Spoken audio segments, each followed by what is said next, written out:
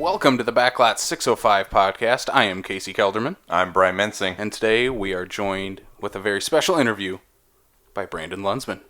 Hello.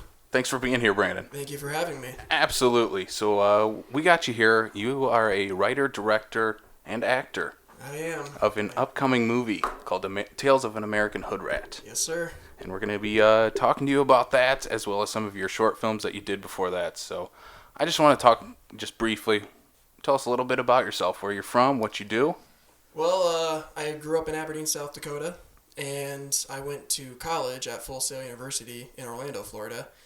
And basically it all just started with being obsessed with movies as a kid. And that was, collecting VHS tapes, collecting DVDs, and going into Blockbuster every Saturday night, Friday night, and just trying to make, just trying to create whatever I could. And going to Full Sail just seemed like the best choice because it just had everything that I wanted. And yeah. Well, so what are some of those movies that you grew up with? What are your favorite movies as a kid? I don't know, Star Wars is mine. Back to the Future is Brian's. Back to the Future is a good one. I'd have to say definitely Star Wars, Lord of the Rings, the original Batman movies, not the Joel Schumacher ones. No, the Tim Burton ones. The Tim Burton movies. Batman Returns. After that, even as a kid, I was like, these aren't good. I just kind of got over those. A lot of superhero films were what kind of got me into feeling, okay, I want to create something like this. Even the first Spider-Man I remember was something that made me want to be like, okay, I want to make something like this eventually. If Tobey Maguire can do it. If Tobey Maguire can do it, I can do it. Yeah. Hopefully. That should be everyone's life motto. If Tobey can do it, I can do it. Mm-hmm. Yeah. Exactly. Hey, people give him a lot of shit, but he's really talented. I like Tobey Maguire. Pleasantville's amazing. I'm such a young buck in the whole film world, so when I first saw Pleasantville, I was like, what is Spider-Man doing in here? Because I was so young at the time, and I was just like, okay, I guess Tobey Maguire's in this movie. Is that the movie that made you realize what an actor was? I feel think everyone so. has that type of movie. Yeah, it was the moment where I'm like, okay, so you can actually play other characters, and you're not just streamlined into this one, genre of movies to be in. So yeah, I definitely say Spider-Man in Pleasantville was that for me. Mine was, oddly enough, Adam Sandler. Okay. Because I grew up on Happy Gilmore and Billy Madison and Big Daddy. That's where I realized what an actor was. I'm like, oh, he's these different characters. So when he did, a bad actor at that. He is a good actor who is in terrible movies. Yes. So I brought up what some of the movies you grew up on, but what are some of your favorite movies or movies that you've looked at as inspiration now as a film student and filmmaker? So funny. I was just thinking, you know what? I'm up for any questions. I'm just wondering, what am I going to say when they ask what my favorite movies are? I'd have to say, I think it's an underrated movie, but Warrior with Tom Hardy. I'd say that's probably one of my favorite movies. Modern day movies, I'd probably say Nightcrawler with Jake Gyllenhaal, Whiplash, anything Edgar Wright, Hot Fuzz, Shaun of the Dead. He's our kind of guy. Yeah, Scott Pilgrim. Mm-hmm. I love Scott Pilgrim. And I love Baby Driver.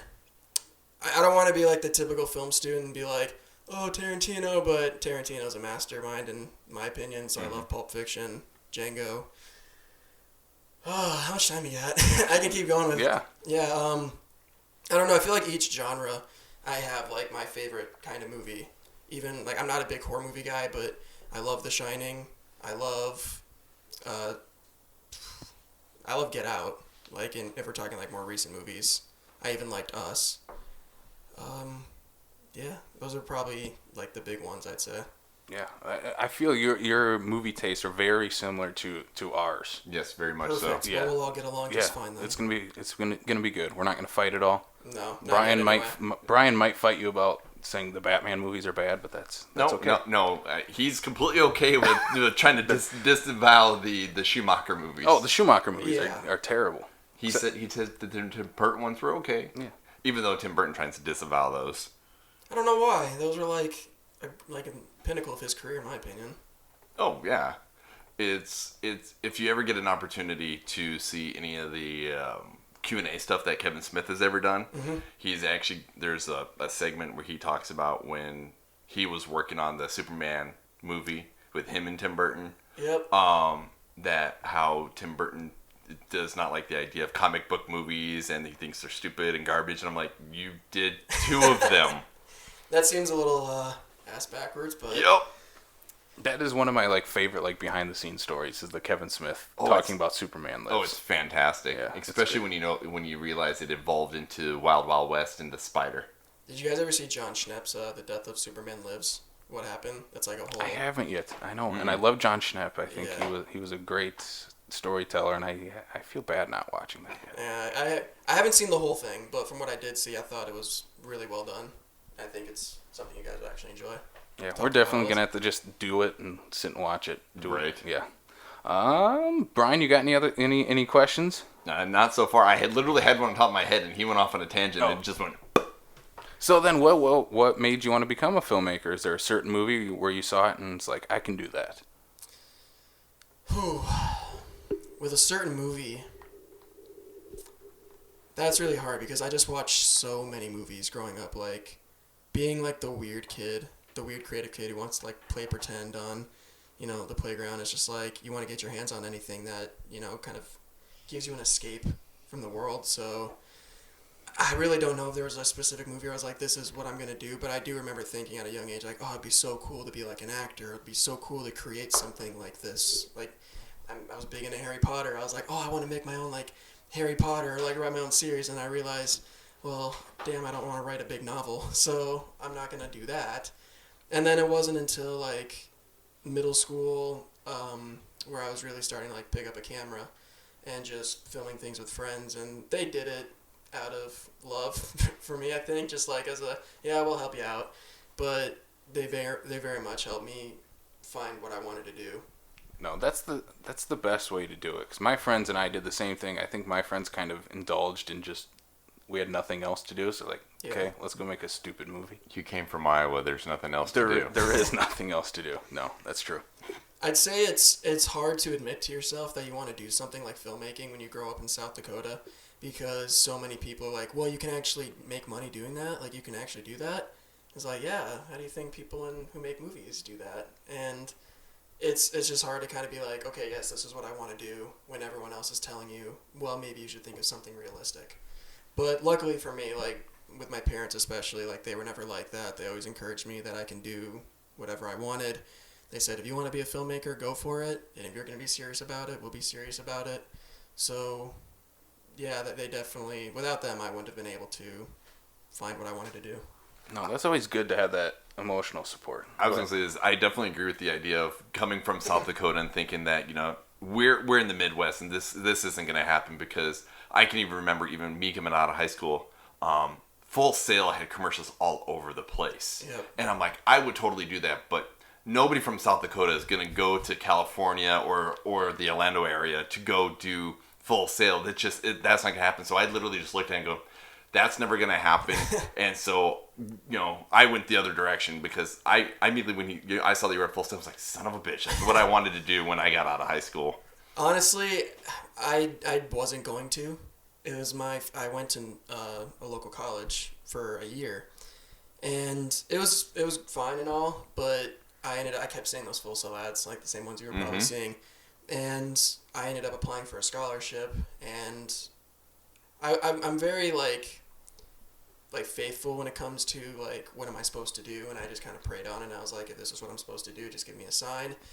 And I ended up getting the scholarship to go there, because if I hadn't gotten that, I wouldn't have been able to afford going there. So that's what I saw was like the price tag. Yeah, exactly. But it was kind of crazy, because I saw a couple people from the South Dakota area and the North Dakota area at Full Sail. And I was like, wait, you're from North Dakota? And then I saw another person just from Groton who was doing like the Disney program. So I think that people are doing it. It's just, getting that first step.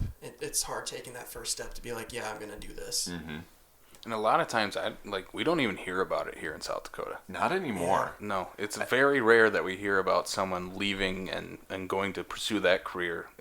almost like they move, take their bag, they move, and we never hear about it again. Well, I mean, even when I'm thinking about when I saw those ads was literally like when Midco was going into like digital and like all the content they had, they were literally sourcing from outside of the area, and those were just the ads that came along with it.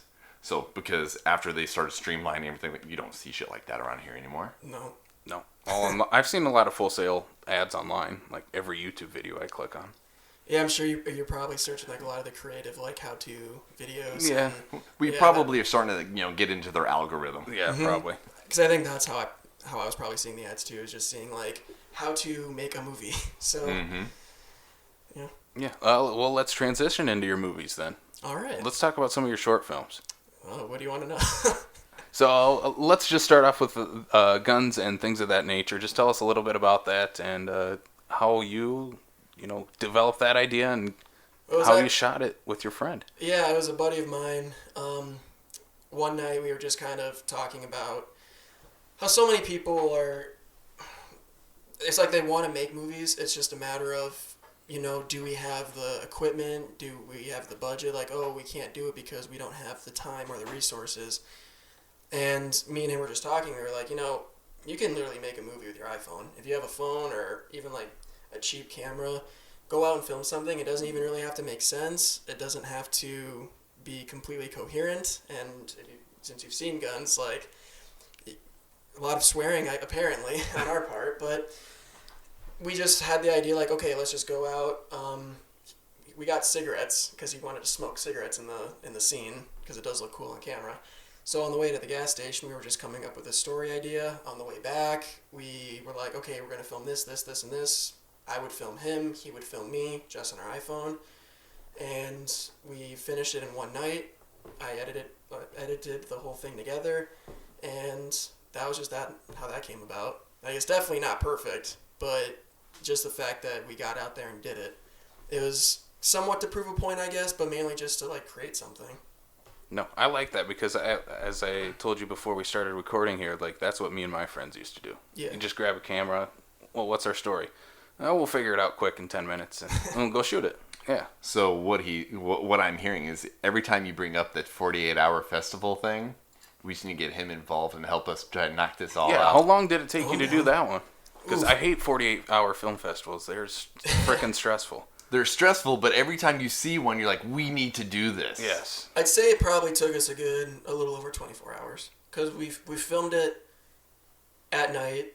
We got the idea at night, filmed it overnight, and then I was editing it that night and then throughout the day in class, because apparently I wasn't the best student.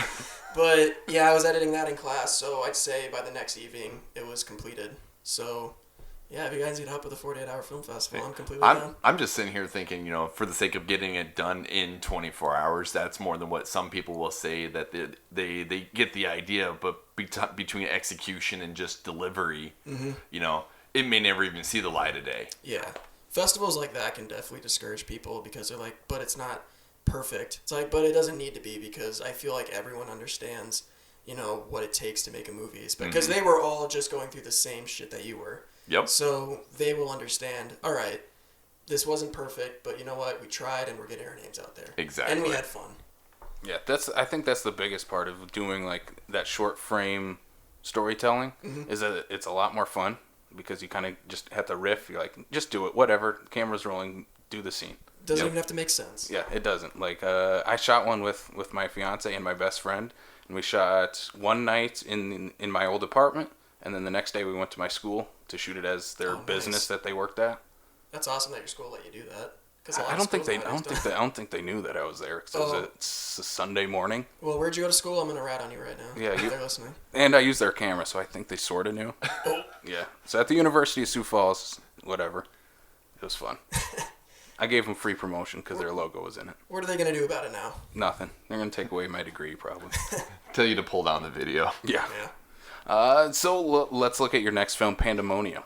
Now, I really enjoyed this one because I am a fan of The Office, Parks and Rec. It very much felt like a pilot episode for one of those shows. Yeah, it definitely, that was our inspiration for sure. That was one of the final projects that we did at Full Sail, and I got to write and direct that and play one of the side characters. So that was just fun. The whole crew was having fun with that movie. Honestly, they seemed to just enjoy our rambling that we had going on, and we would just sit there, kind of just we would turn the camera on and be like, all right, let's just come up with some jokes. Let's see what we can do. And sometimes we would get nothing, and a lot of other times we would get, what you see in the movie. And yeah, that was just a blast to make, honestly. I'm pretty proud of that film. No, it was a ton of fun. It felt like you could just kind of just riff off one another, like no matter what the scene was. Is it a whole lot of riffing? A whole lot of riffing, yeah. Like, believe it or not, it does have a script, but it was more like guidelines, I'd say. Like, we just need to know, okay, this is going to lead to this, and this scene is going to lead to this. But what's going to be said in between, I'm going to give you guys a lot of creative freedom. Just don't do anything too racy or raunchy, because this is still a school project. Don't do anything that's going to take me off my script. Yeah, I would like my degree also. So let's make sure we do this properly. Any future plans with that? I mean, like, I feel like it's very much like a pilot episode for Is that the kind of thing that you would shop out for? I don't know. Like, if you were to do like a weekly series, like The Office or something like that, I would watch that every week. That would be something like I could go to every week. I wouldn't mind, like, if someone saw that and they were like, we would like to do something with this, I would be totally down for whether they wanted to just have me write it or they just wanted the concept. I'd be like, you know what, you guys can, go for it. I think I've kind of done all I've wanted to do with that story. I also think that one thing I wish I wouldn't have done is made it too much like The Office. I wish I would have spun it a little bit more so it didn't look like I was ripping it off. That was on me. But I'd be totally down to do something with it. So let's transition into your feature film, Tales of an American Hoodrat. So you're in post-production on the film right now. Yes, well, we've actually completed it. So it's all out of post. We did everything that we needed to do with sound mixing, color correction. So right now we're kind of doing the film festival thing, submitting to where we can. And yeah, I'm just keeping high hopes with this. I'm not trying to say like, oh, it's going to be the next big thing or anything. I just want to get obviously my name, but also everyone who worked on it. I want to get their name out there because there are just so many people who helped with this that didn't need to. Like, they just, out of the goodness of their hearts, like people from Aberdeen, people from Ipswich, like the Ipswich High School let us film in their school. And we had like full-fledged fight scenes going on in there. People would let us into their homes and just be like, yeah, absolutely, you guys can film a movie. It was just a fun experience. I mean, a stressful experience because it was my first feature, but it was fun, and it was nice seeing everyone else kind of collaborate together. With it being your first feature and trying to bring this long form out, do you find it more stressful that you're doing the writing, the directing, the acting? At this point, you're not the side character anymore. Yeah. You're also front and center as well. See, I didn't even want to play the Leighton in the movie. Like, I didn't want to play the character because, like you said, it's a lot to do. And I was like, I just want to stick with the writing and directing. I actually wasn't even planning on doing the editing either. But with scheduling and Leighton being such a prominent character in the movie, it just made sense that, okay, if I'm going to be the one who's available for this thing, like, I should probably just play the part.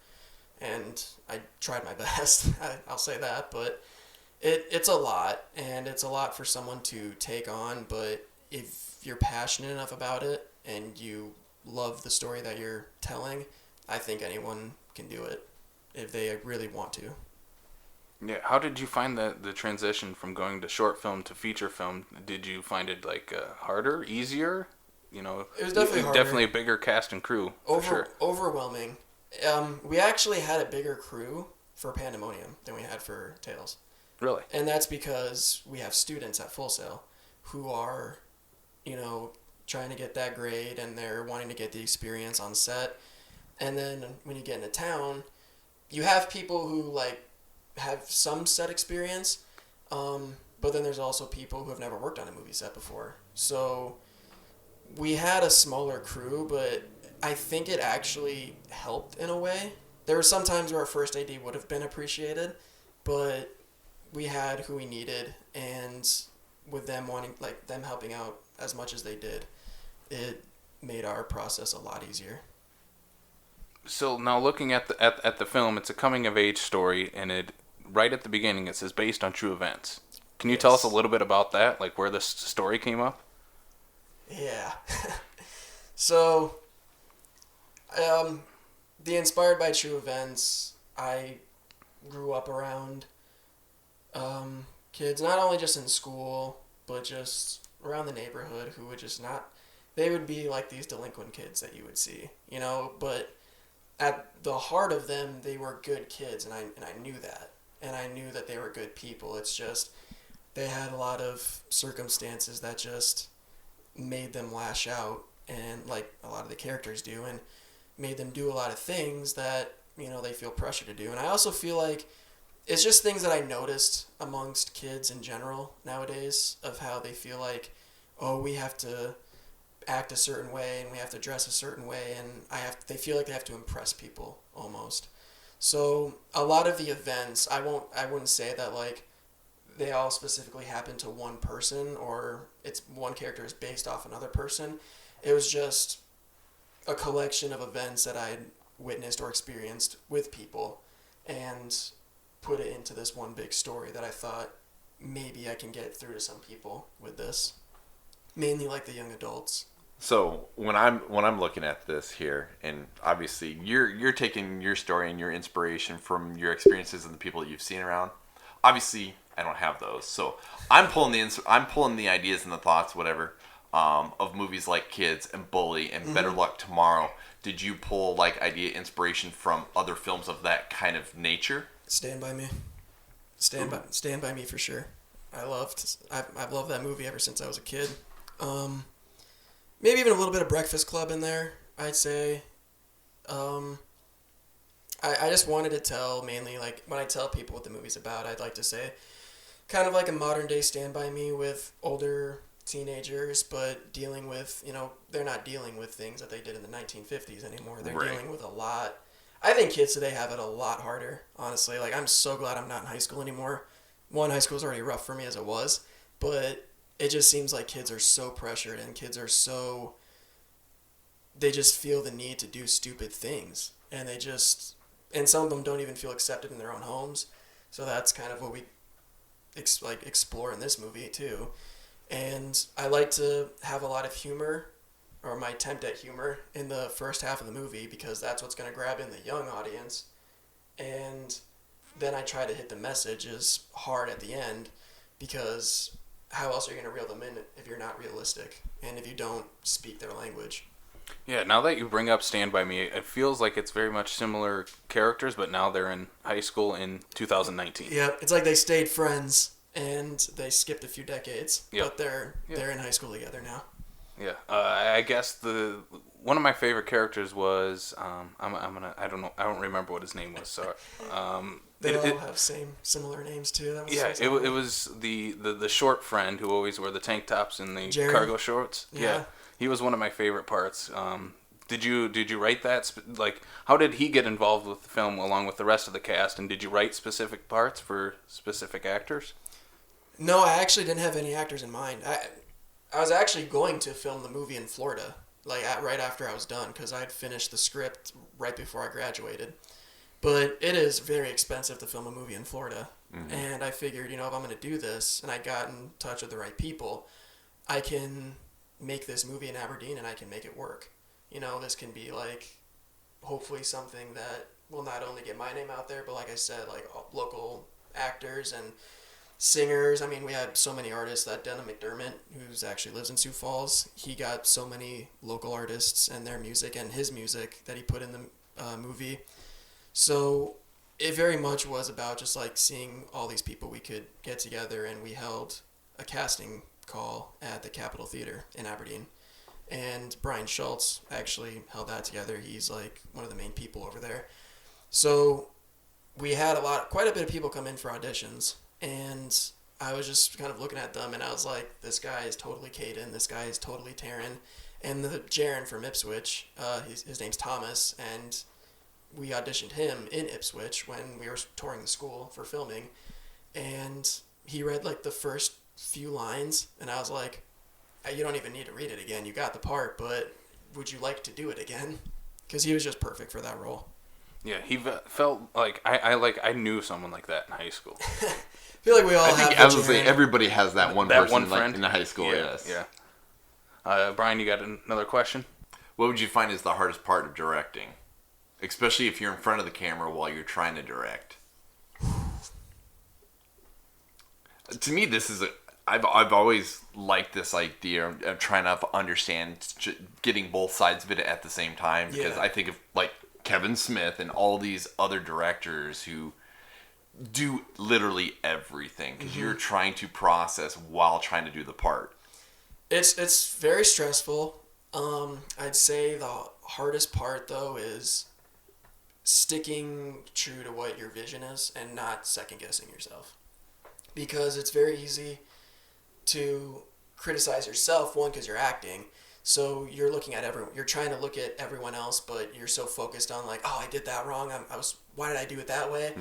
And then you have other people who, you know, may question you. I mean, it's a film set, it's natural, it's gonna happen, but then you start just getting this anxiety and you start getting this feeling like, oh no, what I'm doing isn't good. And then it's just about having that confidence and just sticking with what your story is. I feel like that is probably the hardest thing, especially with a first-time feature and a first-time person who's trying to write, direct, and act in their own movie. So I'd say that's the hardest thing, is just sticking with, you know, what you want to see in your own movie. Now I gotta ask, what was so you're talking about how stressful it is to do the writing, acting, directing all at once. Editing. It sounds like he's literally doing everything. What was your favorite part of doing this? Was it the writing process? Was it being in the movie? Just being on set? What was it? I would say writing. Writing overall would be... Writing, I can just be in my little cocoon. I can just, you know, create these characters. I can make them do whatever I want. And then, of course, when you come to directing, you find out, oh, so I can't have, like, this humongous party where people are throwing glass bottles all over the place, because there's safety hazards and there's budgets. You know, we're an indie feature, so that becomes an issue. I did like acting, even though I didn't want to do it. I did have fun doing it, especially with scenes like acting with Thomas, specifically because he's just so full of energy, and he just makes it fun.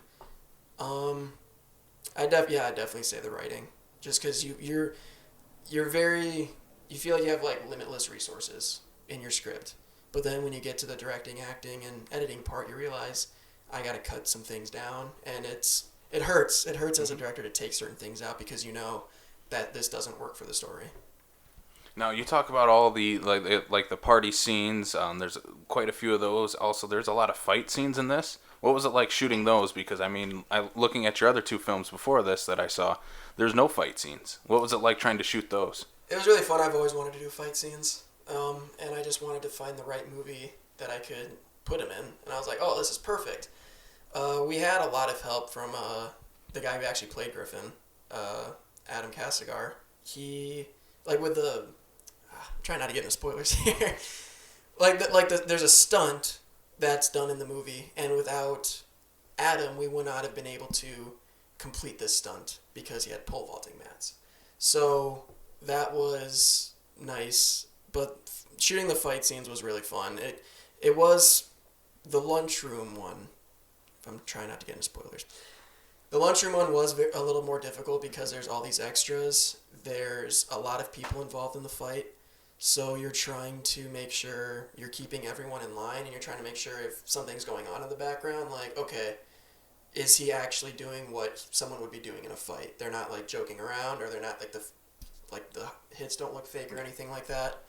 And you're doing all this while your character is also in said fight. Exactly. Yeah. Yeah, exactly. Yeah. When you say it like that, it sounds a little crazy, but yeah, that's true. Organized chaos. That's what the playback is for. Yeah. See if you have to go throw that punch again. And then being on a time limit too, that makes it hard, because you're really trying to make sure no one gets hurt. You know, you don't want anyone to get cut or bruised, or you just don't want anyone to have a concussion on your film set. Yeah. So how long did it take you to shoot the film? We started filming mid-April, and I'd say we got done. Was it mid-June? I'd say about About 2.5 months. Was that this year or was that last year? Last year. Last year. Okay. Yeah. And so you've been in post-production working on that since then? Yeah. So then last couple questions I have. Basically, how can someone... So this is shot pretty much entirely in Aberdeen, and it is shot entirely in South Dakota. Yes. How can people from South Dakota get involved with movies like this? I'd say... where would someone, if they're listening to this and they want to be an actor or a filmmaker, help on set, where can they try to find stuff like this to be involved with?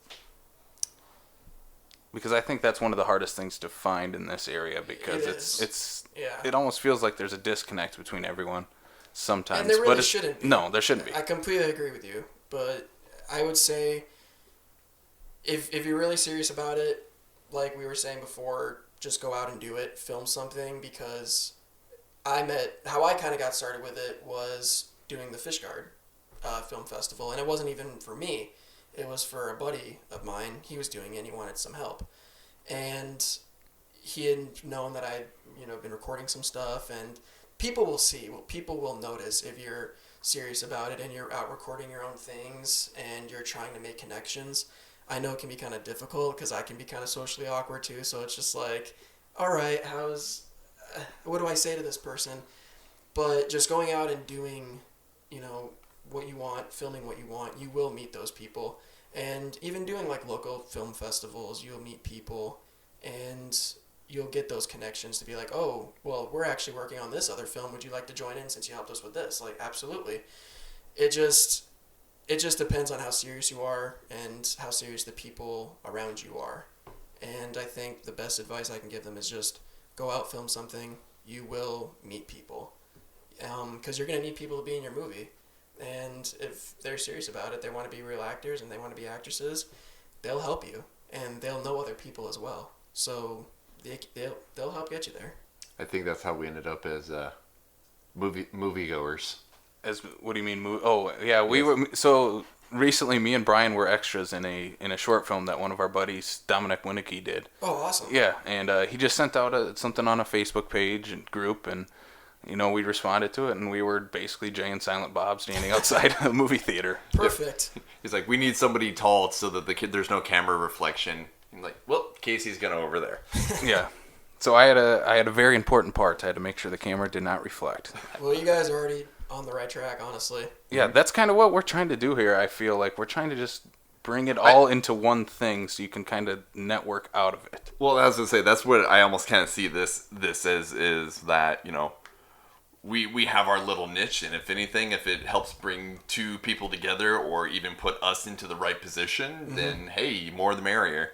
Do you guys want to be directors, screenwriters, and the whole? He definitely does. I would like to, but I'm right now. This is it. I like doing this. Yeah, I like talking to people.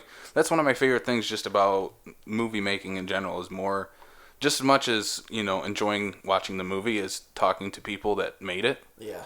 I think that's sometimes just as fascinating or more fascinating than the movie itself. So yeah. that's what I like doing about this. What little bit that I even had in high school, doing play production stuff like that, what probably fascinated me more than the people that were on the stage was all of the work that went behind the stage, being the prop master, making sure the right shit's in the right place at the right time so everybody and everything goes smoothly. And that was the part where I was like, I really want to do that, but it's the mid-90s. It's pre-internet. It's that shit doesn't happen in South Dakota. Nope, it does not. Well, if you guys want to be a part of the next film that we do, I would love to have you guys on it. That would be awesome. We'll take it. We can reprise our role as Jay and Jay Silent Bob number 2. Yeah, we'll be the Midwest version. The Midwest version. Yeah. There we go. You guys got the part. Awesome. I think we can handle that. Yeah, right. That's a really easy part for us to play. We're gonna become typecasted pretty soon, Brian. That's okay. I feel like I wouldn't have been able to play this character in this movie if he wasn't so angry, because I play angry pretty well.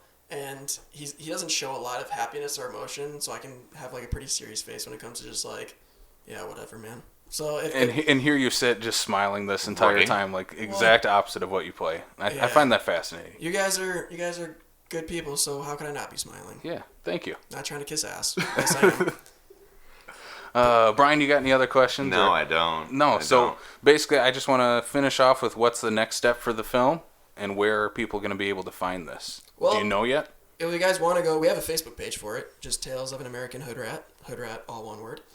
You guys can go on Facebook. I will create Instagram and Twitter. I'm not very social media heavy, but you know what? Apparently, when you want to be a filmmaker, you gotta have social media. It's kind of a thing. Yeah, you gotta pimp your stuff. I'm gonna have to do that.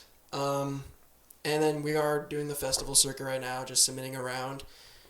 We do have a trailer cut, so it's just a matter of when we will get to release said trailer. You know, as we can't really show a lot with doing the festivals, and that's basically what we're doing right now. And yeah, if you guys want to keep up on that, like I said, you guys can go and check the Facebook page, or you can check my Facebook page too. And yeah, we will definitely plug all this stuff. We'll keep people updated that listen to this show where the movie will eventually be playing, and of course we'll plug the social media channels and do all that. Yeah. What's next?